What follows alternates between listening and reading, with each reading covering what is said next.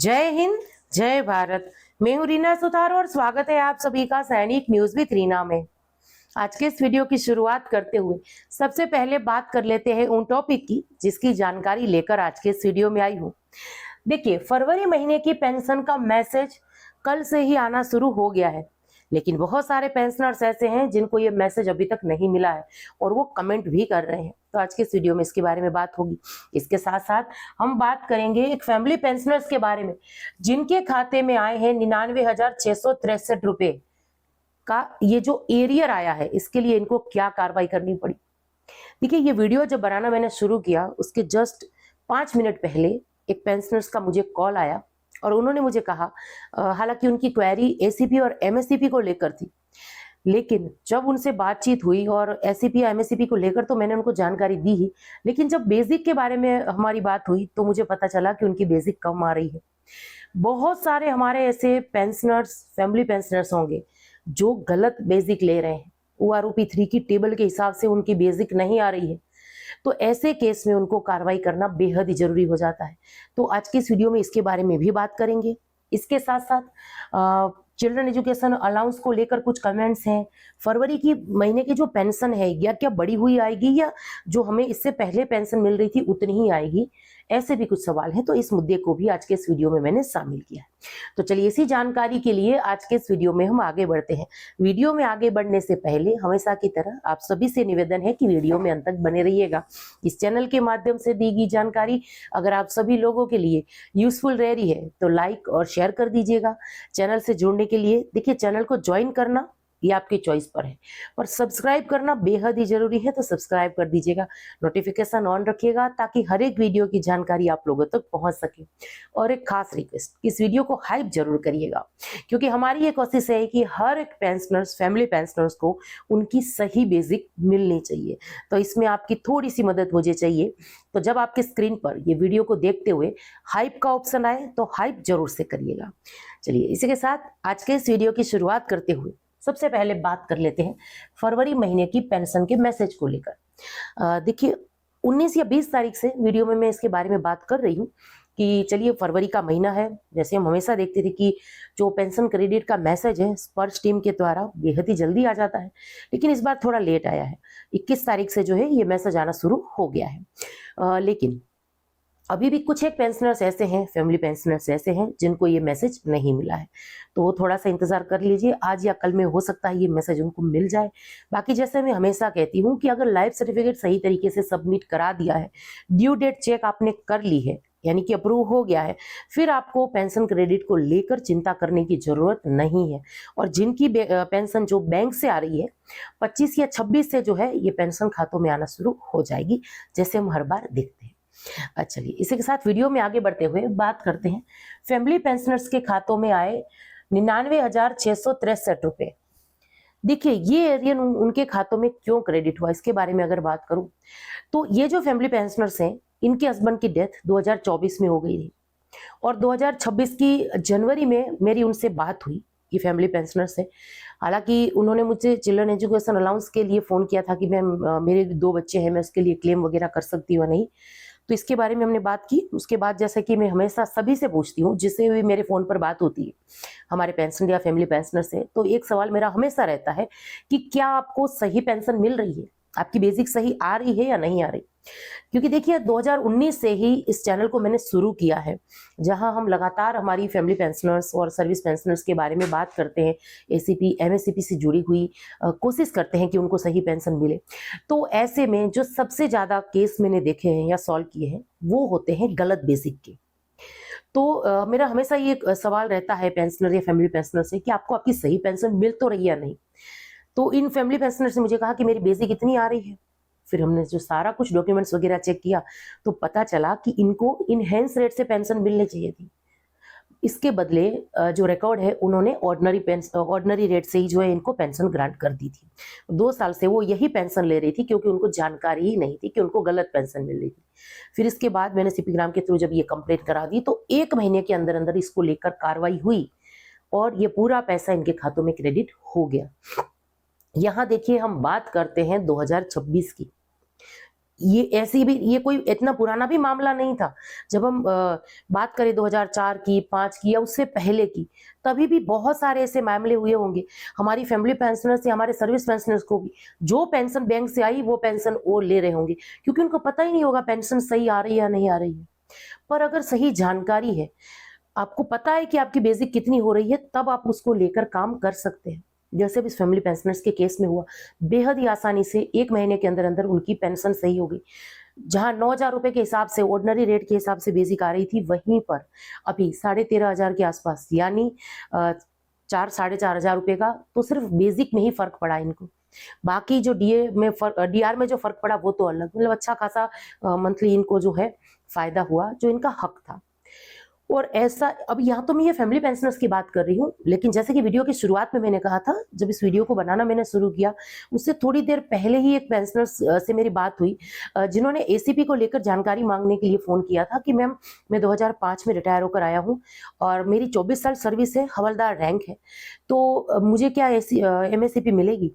तो मैंने उनको कहा कि देखिए, अगर आपने हवलदार रैंक में 10 साल कंप्लीट कर लिए होते तो आप एसएपी के लिए जरूर से कार्रवाई कर सकते थे। बाकी 2003 से 5 के बीच जो रिटायर होकर आए हैं उनको एसीपी ही मिल रही है, जिसमें 10, 20 और 30 साल का वो फॉर्मूला होता है एसीपी का। 2006 में या उसके बाद जो रिटायर होकर आए हैं उनको एमएससीपी लागू है। तो एमएससीपी में 8, 16 और 24 का फॉर्मूला है। तो 24 साल अगर आपके कंप्लीट है, एमएससीपी मिलेगी तो अपना भी सुबेदार बनेंगे, अदरवाइज नहीं बनेगी। इतनी हमारी बात हुई। फिर उसके बाद जैसे कि मैं हमेशा पूछती हूँ कि बेसिक कितनी है आपकी, तो उन्होंने मुझे कहा कि बेसिक जो मेरी है 24,100 के आसपास उन्होंने मुझे बताई।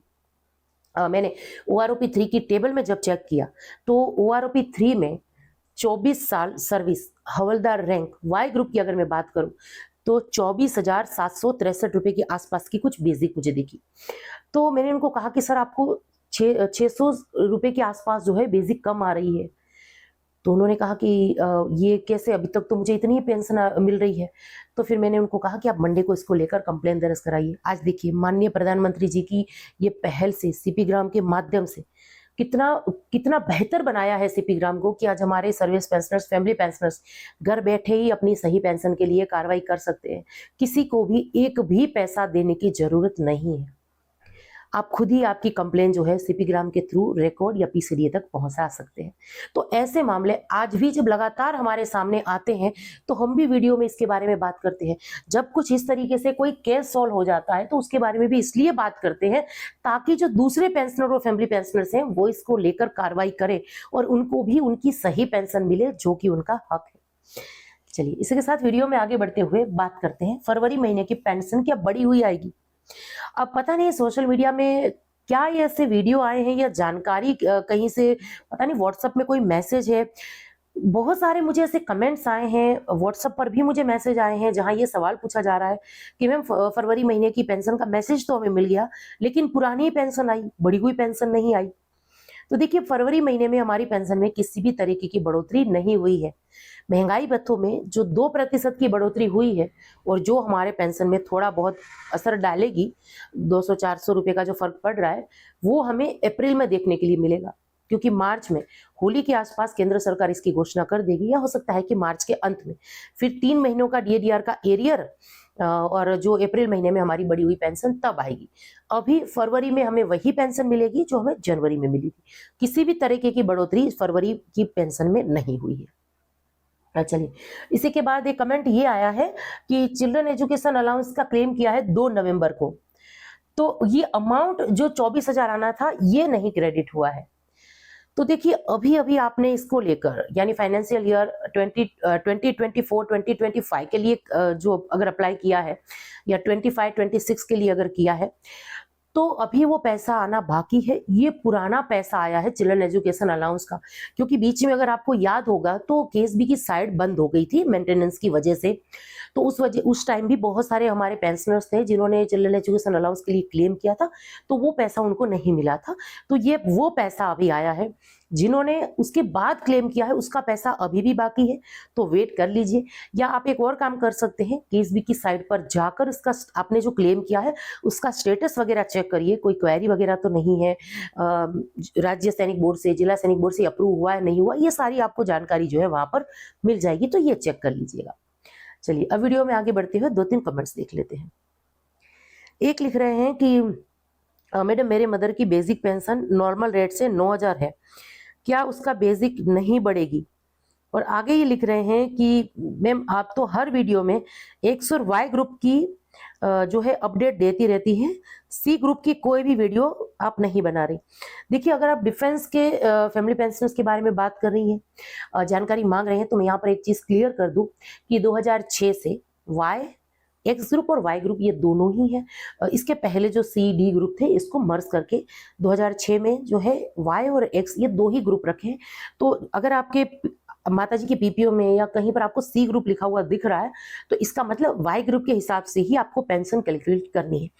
अब यहाँ जो आप बता रहे हैं कि 9,000 रुपए, तो अगर मैं डिफेंस की बात कर रही हूँ, डिफेंस के फैमिली पेंशनर्स की, तो रिजर्विस्ट पेंशनर्स हैं तब 9,000 बेसिक ठीक है। अदरवाइज अगर सिपाही रैंक है, 15 साल सर्विस कंप्लीट है, भले ही 2006 के पहले आपके पिताजी रिटायर होकर आए थे, 1970 में, 1980 में, 1990 में कभी भी रिटायर होकर आए हैं, लेकिन 15 साल कंप्लीट है, वाई ग्रुप है तो और सिपाही रैंक है, तो बेसिक अच्छी खासी होनी चाहिए, कुछ 11,500 के आसपास की बेसिक है। यहाँ आप 9,000 रुपए लिख रहे हैं, लेकिन आपने पिताजी की रैंक वगैरह नहीं लिखी है, सर्विस कितने साल है ये नहीं लिखी है, तो मैं कुछ इसमें इसके बारे में साफ नहीं बता पाऊंगी। फिर दोबारा कमेंट करिए जिसमें रैंक और लेंथ ऑफ सर्विस जरूर से लिखिएगा। चलिए, सबसे आखिर में ये कमेंट देख लेते हैं। एक लिख रहे हैं कि हेलो मैम, बेसिक पे 9,000 है तो गलत है क्या?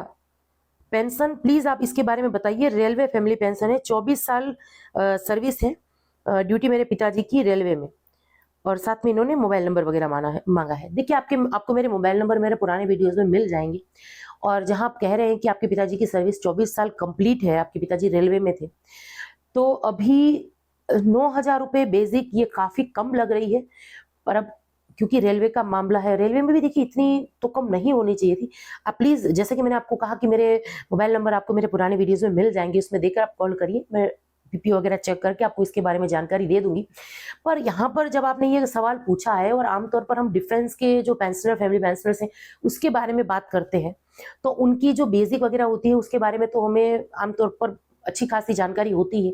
लेकिन देखिए, हमारे साथ क्योंकि रेलवे के हो या सेंट्रल गवर्नमेंट के अन्य विभागों के, राज्यों के अन्य विभागों के पेंशनर फैमिली पेंशनर जुड़े हैं, तो उनके बारे में भी बात करना जरूरी हो जाता है। तो जहां हम बेसिक में सुधार की बात करते हैं, तो चलिए मैं इसके बारे में भी जरूर से बात करूं कि अगर किसी को लगता है कि उसकी बेसिक सही नहीं आ रही है, या कोई डिपेंडेंट है उनको लगता है कि उनके माताजी की बेसिक सही नहीं आ रही है, तो क्या काम करना है? सिंपल चीज है, आप सीपी ग्राम में कंप्लेन कर दीजिए। आपको सिर्फ सीपी ग्राम पर कॉल करनी है। आप कॉल करेंगे, वो आपको सबसे पहला सवाल यही पूछेंगे कि आपकी माताजी की पेंशन किस विभाग से आ रही है, या सर्विस पेंशनर्स है तो आप वो ये पूछेंगे कि आप किस विभाग से, किस डिपार्टमेंट से रिटायर होकर आए हैं। इसके बाद वो जानकारी लेंगे, जैसे कि पीपीओ की, किस बैंक में पेंशन आ रही है, ऐसी कुछ बेसिक जानकारी लेंगे। अकाउंट नंबर ऑप्शनल है, आप नहीं देंगे कोई दिक्कत नहीं है, चल जाएगा। ओटीपी वगैरह शेयर करने के लिए सीपी ग्राम कभी नहीं बोलता, इस बात का ध्यान रखिएगा। तो पीपीओ से जुड़ी हुई सर्विस कितनी हुई है, रिकॉर्ड वगैरह कहाँ है, ये सारी जानकारी किस विभाग के हैं ये वो मांगेंगे, लिख लेंगे। फिर आपसे पूछेंगे कि अब कंप्लेन क्या है आपकी। आप सिंपल ये बताइए कि हमें लगता है कि हमारी बेसिक सही नहीं आ रही, या यही कह दीजिए कि हमारी जो पेंशन है उसकी बेसिक कम आ रही है, इसको लेकर कार्रवाई करिए। फिर आपका जो भी रिकॉर्ड है वो, या आपका अकाउंट ऑफिस है, वो इसको कैलकुलेट करके या चेक करके आपको जवाब दे देगा। अगर पेंशन सही आ रही होगी तो बता देगा कि पेंशन सही आ रही है, कैलकुलेशन वगैरह करके दे देगा। अगर नहीं आ रही होगी, पेंशन थोड़ी कम या गलत मिल रही होगी, तो इसके बारे में भी वो आपको बता देगा, और ऑटोमेटिकली इसको लेकर कार्रवाई हो जाएगी। कब से कम आ रही है उसका सारा कैलकुलेशन वगैरह करके वो एरियर आपके खातों में क्रेडिट हो जाएगा, सिर्फ एक फोन कॉल से। तो जिसको भी लगता है कि उनकी पेंशन सही नहीं आ रही है, सीपी ग्राम के थ्रू जरूर से कंप्लेन करिए, क्योंकि आपकी सही पेंशन, पूरी पेंशन आपका हक है, और इसको मांगने से आपको कोई रोक नहीं सकता है। बस जरूरत है सही जानकारी की, और वो सही जानकारी इस चैनल के माध्यम से मैं आप लोगों तक पहुंचाती रहती हूं। और साथ में ये भी मेरा प्रयास रहता है कि आप खुद आपकी कंप्लेन जो है रिकॉर्ड तक पहुंचाए, और इसको लेकर कार्रवाई जरूर से करें। तो चलिए, अब इसी के साथ आज के इस वीडियो से विदा लेती हूँ, और मुझे आप लोगों के कमेंट का इंतजार रहेगा। अगर कोई मेरी फैमिली पेंशनर्स या उनके डिपेंडेंट जो है, या सर्विस पेंशनर्स, वो सीपी ग्राम के थ्रू कंप्लेन दर्ज करवाते हैं बेसिक को लेकर, तो कमेंट्स के माध्यम से जरूर से जानकारी शेयर करिएगा। और इसी के साथ आज के इस वीडियो से विदा लेती हूँ। जय हिंद।